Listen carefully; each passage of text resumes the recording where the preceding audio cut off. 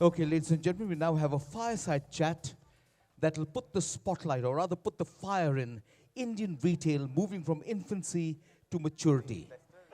It's my privilege and pleasure to invite our two personalities who will grace the stage for the next few minutes. He is one of India's most respected authorities and thought leaders on real estate, both in India and internationally. He has 3 decades experience of leveraging Indian and global real estate. Under his dynamic leadership, Anurag Group has soared to unimaginable heights. Anurag has a team of over 1,500 real estate specialists with 15 offices across India and 1 in Dubai. Ladies and gentlemen, please welcome on stage Chairman Anurag Anuj Puri.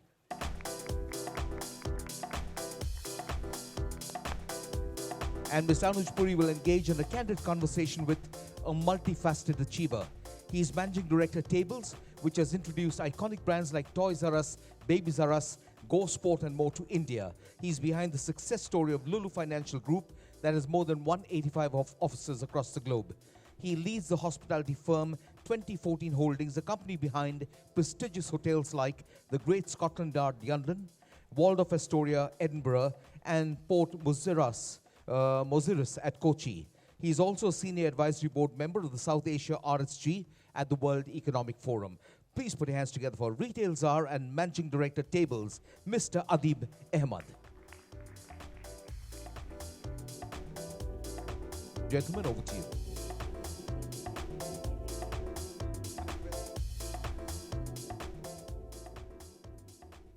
So very good afternoon to all of you. It's a delight to be here at Mapic India, formerly IRF. We still call it as IRF, but I think as it goes on over the next few years, Mapic India will become more on the tongue. I'm delighted to be sitting with Adeeb. I met up with Adeeb maybe a few quarters ago. I had the privilege of going to his office in Abu Dhabi and meeting up with him. And 3 characteristics that I picked up through that meeting that I had, about an hour meeting. One, Adeeb, and I'm going to embarrass you a little bit, is the humility and the humbleness that not only Adeeb had, but his full team. And as we were discussing, it appeared to me that the full group has a huge amount of humility, and obviously they are very well respected in that region for the CSR activities. But what did appear to me such a large group, and the humbleness and the humility that you had is. Thank you. Second was really nice was, the innocence to learn. I mean, such a large group, and yet they were like, what can we do more in India? How can we do, we don't know this, we don't know. I like, you guys are king. I mean, you're like wanting to know what can you do more, what is the learning, and in these situations, cities, malls, how do we interact? Which brand do we bring in?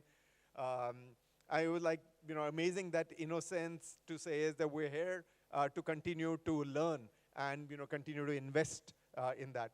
And the third was really the hospitality. In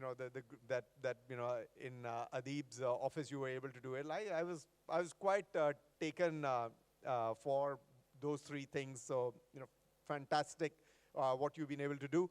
We all know about the Lulu Group. So obviously very well respected, huge amount of experience on the retail side, on the retail real estate side. They've been able to make huge leaps in India as well over the last few years. But what we are going to discuss with Adeeb, he wears several hats. I know 2 hats that he wears. One is on the hospitality side, which we're not going to discuss.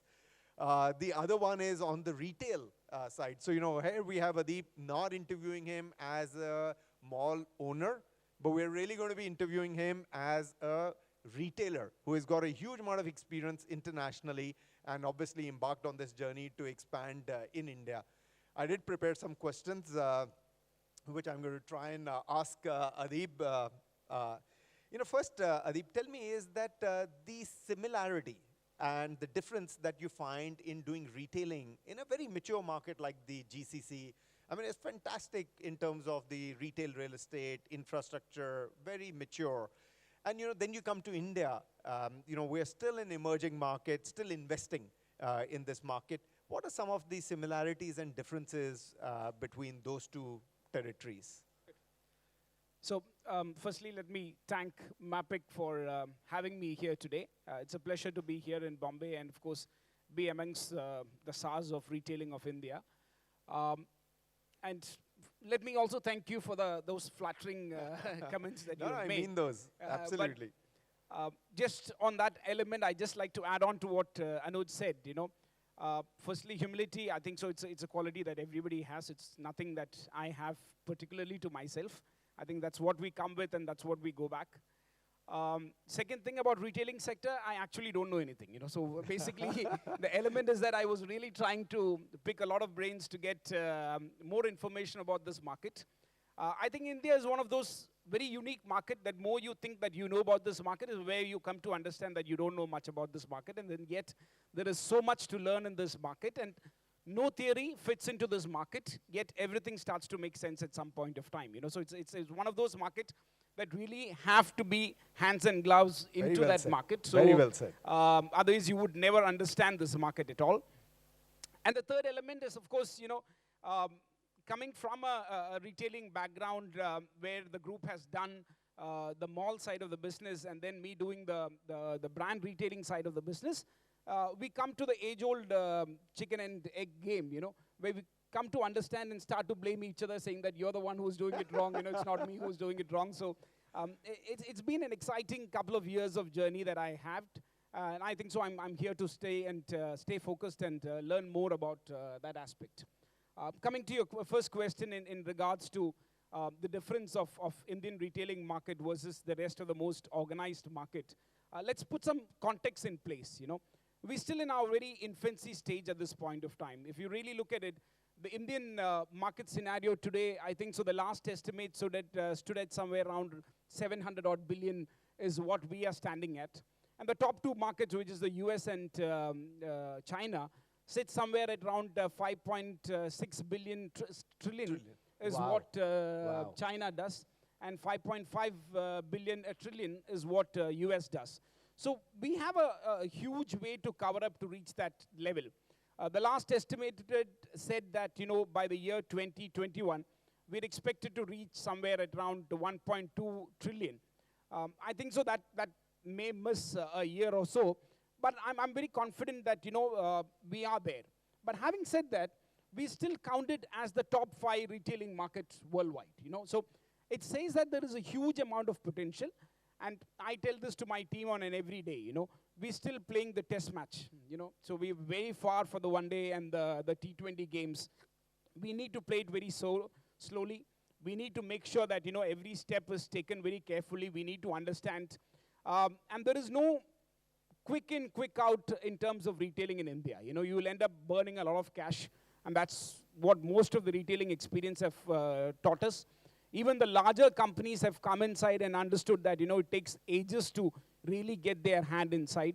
I've known larger companies like McDonald's who came in late 90s. That's right. Took around a decade or so to really make their impact in the market and, really understand the market and grow with the market, And we have a lot of constraints when it comes to cultural background, cultural understanding of this market, and so on and so forth. So, as I said in the beginning, India is one of those markets that, it's not very easy to understand. But of the same point of time has a lot of potential, but the potential is a long term. And here is bringing that products into this market. I think one of the biggest challenge that I found out when I came here is when we launched the first brand in the year 2014, the online scenario was taking a hard pace, and I always thought that the online scenario in India was taking a large stride purely because the offline was not reaching the end consumers. That's a good point. Absolutely. The element is that, like how Amazon made their biggest stride in US, I think so the recent study has said that, the urban population could not get hands on many of the brands which was only existing in key cities, metros, and so on and so forth. So they choose to go up online to get an access to these kind of brands. I think so that's pretty much the same scenario that India has also seen, where you found out that the urban population was the ones who was really pushing forward on the online phase, and the malls were not taking. And I think so in Indian context, the malls really skipped a long period of time. And even now, if you really look at it, and Anuj, you can say whether I'm right on here, we don't have enough inventory or we don't have enough per square feet that is coming to the market. 100%. Absolutely 100%, Adeeb. Absolutely. That, compared to what you would have in more mature countries with the propensity to buy, if you were to look at India, I mean, the organized retail real estate, well, just a fragment of that. True. I agree on that aspect. Just on the interesting point that you said is about McDonald's, and it is true that it took them about a decade before they really understood India. I mean, you've got a few F&B brands that you've bought into India. How are you adapting to the cuisines with those brands? See, the taste palette of India is very different to what we find rest of the world. But if you really... Including the Middle East, our taste is different to that? Or no, not so much, because I think so. Middle East is one of those very unique markets where you have a large number of Indian expatriates concentrated. So I think so a lot of those brands are seen. But if you really look at that element, it's only the South India where you have the large amount of expatriates based out of there. And the North does not see a lot of expatriates based in the Middle Eastern side. And Adeeb, is that the reason why you've opened it in South India more than in North? No, we get that question most of the time. The only reason that most of things started because that's the home ground for us. And being a home ground, we find that there is a lot of components that eases our barrier into the market, and we thought that that becomes the best point. But once you are already opened up in the southern side, you really cannot make a pick of opening one in the north on the next year onwards. Why? Because your logistic will never start to make sense. So I think so the gradual growth for all our brands was from south all the way up till north. And Adeeb, if you look at Lulu, they have actually gone into tier 2, tier 3 cities, and they've done fantastically well. I mean, the Lucknows and several of these. Is there a thought that Tabelz as well, you want to go into tier 2, tier 3, and then graduate into tier 1, or you're pretty independent in your thought process, and you may start from a tier 1 city and then go into the other cities? So based on the market study that we have done, for any brand that enters into this market, it's vitally crucial that we are present in most of the metro cities. And then you will have to look at tier 2 cities, because most of the times, and I would say that, because with less number of real estate available in the market, again, as I said, it's that chicken and egg question about who's making more money, And most of the retailing brand people says that the mall people makes more money, and of course the mall says we don't get anything. It's lovely to sit in your place, and you've got the Lulu stakeholder here, and then you have the retail brand stakeholder here, and having that conversation between the two, it would have been fantastic and fascinating. I'm pretty much sure that my uncle would start beating me as soon as we finish this session. But yeah, it's an age-old conversation that's happened between both. I think so. It's forum like this way that brings the regulators, the developers, and the retailers into a common platform where we could have a very sensible conversation to say what's going to make, because we are all interconnected to each other. And it's very important that, we all stay interested in each other's success, and that's the only reason that we all commonly would become successful in this market. So, Deep, I've got 5 or 6 very quick questions I'll ask. In some of your brands like Go Sport, like Toys R Us, you're a little behind some of the other guys because they've been in India for longer. They've made larger strides. What's your thought process on how you're going to be able to compete, given we may have a finite market to begin with? Certainly at that level, the propensity to buy of a consumer may not be as much. Is there a thought that you have how you're going to compete? No, I think so. The growth was never the question for us. The problem was within us. I think so. Tabelz took on more than that it could actually take up at one point of time. We pretty much launched a brand every 6 months in the last 3 years. And that's a large amount of brand that got launched to India. We launched with Toys R Us and Babies R Us in this market, post which we bought Springfield Women's Secret to this market, post which we had, earlier we had the launch of the F&B brands, which is Cold Stone, Galitos, and Bloomsbury, post which we just recently launched Yo-Yo-So. And then we bought, in addition to the Toys R Us, we bought Build-A-Bear into this market. Post that, we are now in the last stage of launching Desigual back into this market. So I think so there's n number of brands that was there in our kitty, and we were all engaged in launching these into the market. So of course there was a large focus of launching and not on the growth side. But having said that, currently we operate around 50 odd stores across India today on the various market segments. So I think so. That all happened in the last 24 months. So most of the growth story happened in the last 24 months. And I think so. We consider that also to be a lot of growth, and we feel that next couple of years would see us consolidating and growing at the same point of time. So I think so. By next year, this time, we should have covered around 100 stores across in India.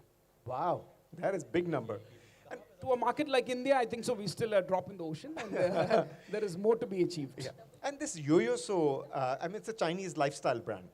And, is there not already that space overcrowded with a huge amount of sort of apparels? Or do you think there is still more that can be done? I agree with you. So when we signed Yoyoso, I don't think so there was much brands in the market other than Miniso was the only closest competition that we have. Miniso has taken the route of franchising, whereas we as Tabelz look to own and operate most of the stores that we have. And you will continue to own and operate, or you think you will move to franchising? Yes, we'll continue to own and operate for at least next 3 to 4 years. We look to create a substantial base in the market, and post which we would analyze whether that strategy still makes sense, and then think about franchising if it need to be a matter of strategy or not, I have 3 questions and I've got 5 minutes left. One is, if I was a retailer sitting in this room and I had built up a brand, is there a thought that, Adeeb, I could come to you and say, Adeeb, would you want to buy this brand? Would you want to invest in this brand? Is there a thought that you are going to do a look at M&As in this market? Yeah, so when Tabelz was built up in early 2010, we built it across 3 pillars. And the 3 pillars that said is that first we would originally create brands of our own. So those are a couple of F&B brands that we created. So Bloomsbury is a brand that was created by us. The second pillar we said is going to be based on bringing like-minded international brands to markets that we operate in. So UAE is a market that we operate in, and of course India is a market that we are currently operating in. So we bought like-minded brands to India, and we wanted to make that experience the Indian consumer market as such. So that's the second pillar that we bought inside. And the third pillar is about finding out those early starters with unique ideas and then partnering them to bring the brands into the market. Yes, so answer to your question is yes. If there is something that is interesting and we find that is going to go a long way, we'll be more than happy to invest and have that discussion. Absolutely. My second last question is that on the amount of money that needs to be invested, Adeeb, I've heard from retailers that this is a very long-term game. You also said it's a test match. It's not a T20 or a one-day. When do you think Tabelz as a brand in retail will start to break even? So the way that we think in the current proposition, we strongly feel by the year 2021, we should be EBITDA positive. That's not bad. So that's not bad, Adeeb. You said 2014 was the first? 2014, but the actual, the launch of brands didn't happen up till late 2016, So it's just last 2 years that we have really picked it up. But I think so, as you said, we're not looking at a large-scale expansion pattern across India, where we are opening up, 100 stores per brand. And we don't think that's going to be making any sense, neither for us, to the stakeholders, neither to the brands as such, because we'll be closing more stores than what we are opening up, So I strongly feel that, one step at a time makes more sense. And I think so, the current pace that we're moving out makes sense for us, And that's why we're very confident that, 2021 EBITDA positivity is definitely a possible. So Adeeb, I've had these fireside chats with a lot of retailers, and the thought every time is that I want to grow very quickly, and it is really the top line. Is that the thought with you and the group, or is the thought is that we want to make sure that this has to be profitable growth? No, I think so. That's one thing that's very, I would say the entire group shares the same philosophy. We don't work on EBITDA as a number that we ever look at. Top line doesn't make any sense to us. We're still the old-fashioned way. We would like to see cash profit and net profits coming through. More than cash, it is the net that we look at. Other than that, if you don't do that, I think that there is plenty of other revenues where we can invest money, My uncle and my father-in-law, Mr. Yusuf, he always tells me, might as well put it in the bank. It gives you a better amount of interest than what you will earn in your business, So don't bother doing it, So unless if it doesn't give you a net profit scenario, I don't think so we should be So looking it at is, that it business. is really focused on the bottom line. Absolutely, absolutely. The last one is, Adeeb, you've transitioned very effectively from GCC kind of a market where, you know, there is a name, there's a presence, there's an experience of 30, 40 years in that market to India. What are the challenges as you are still continuing to transition in India that you wouldn't have faced in the GCC? I think by far, according to me and a person who looks India from outside, by far the biggest challenge that we as India face here today is infrastructure. You know, so infrastructure is a bottleneck, and I think so. It's just not a bottleneck in one city, but across different cities across India, we are facing the same problem. You know, and of course, every sector is then connected to the infrastructure problem, and that's why the growth element starts to fall off. You know, and with the correction on the infrastructure, I think so a lot more sectors will start to gear up, and then it will start to help the end consumer out. You know, so the supply chain, the logistic management, you know, the movement of people coming in and out. You know, so all those things. And our India has an unproportionate way of growth, where you find that the land cost is so far high that no business starts to make sense on top of it. You know, so again, it needs intervention, and it needs serious intervention by the regulators to say that, you know, we need zoning in our city planning, and we need much more than that, you know, because we've reached a certain point of time in our civilization that if you look at only those kind of problems, then it would not address the problems that we are facing in the future as well. You know, so we need to have a 10-year, 20-year vision ahead and starts to make regulatory requirements, zoning, putting things in place. Of course, the Prime Minister's great initiative of getting plastic out. You know, we all know that, you know, plastic is a huge menace, and, you know, but that's going to put a lot of cost onto retailers such as us, you know, and that is something that we will then entitled to pass it on to the end consumers, which is then again going to put stress on the end consumers, you know, because these are not going to help in the long way, but of course, these are the necessary things that has to be addressed in one way or the other. I know that the bell has rang, but I do want to ask one final point. As you know, I don't know how many of you know about Lulu. They really make us proud. Huh? You go to GCC, you go to Europe. You know, it is such a beautiful, well-respected group. And I know that, you know, the humility of the group is such that you would not want to say it. But I'm telling you, as an Indian, I'm really proud. One thing that I would really want, Adeeb, for you to tell is how many hotels do you own internationally? Which are the brands that you own internationally? So that when we are standing outside that hotel, we know that this is owned by a fellow Indian. No, I think so. For me to take credit on that is not right at all, you know, because I've been in part of that 40 years journey that has been led by Mr. Yusuf across and his entire team. With Mr. Ashraf Ali, my uncle, who's also here, who heads up the retailing format of Lulu worldwide. So I think so the whole credit goes to the entire team down there. I've been a recent entrant into the market. I came into the business only in the last decade or so. But in terms of our hospitality expansion, we just entered into that market only in the year 2014, hence the company called 2014. Currently, we have... That's quite creative. You know, we thought it's not worthwhile to waste time on creating the names of the company. You know, what the company does would make more sense later on. We own the Great Scotland Yard property in London, which gets functional in the next 2 months. It used to be the first building of the Great Scotland Yard. We're currently converting that into a hotel property as we speak. Very nice. We own the Caledonian, which used to be the head office of the Great Western Railways in Edinburgh. We're creating a hotel in Zurich. We're under conversation for one in Amsterdam.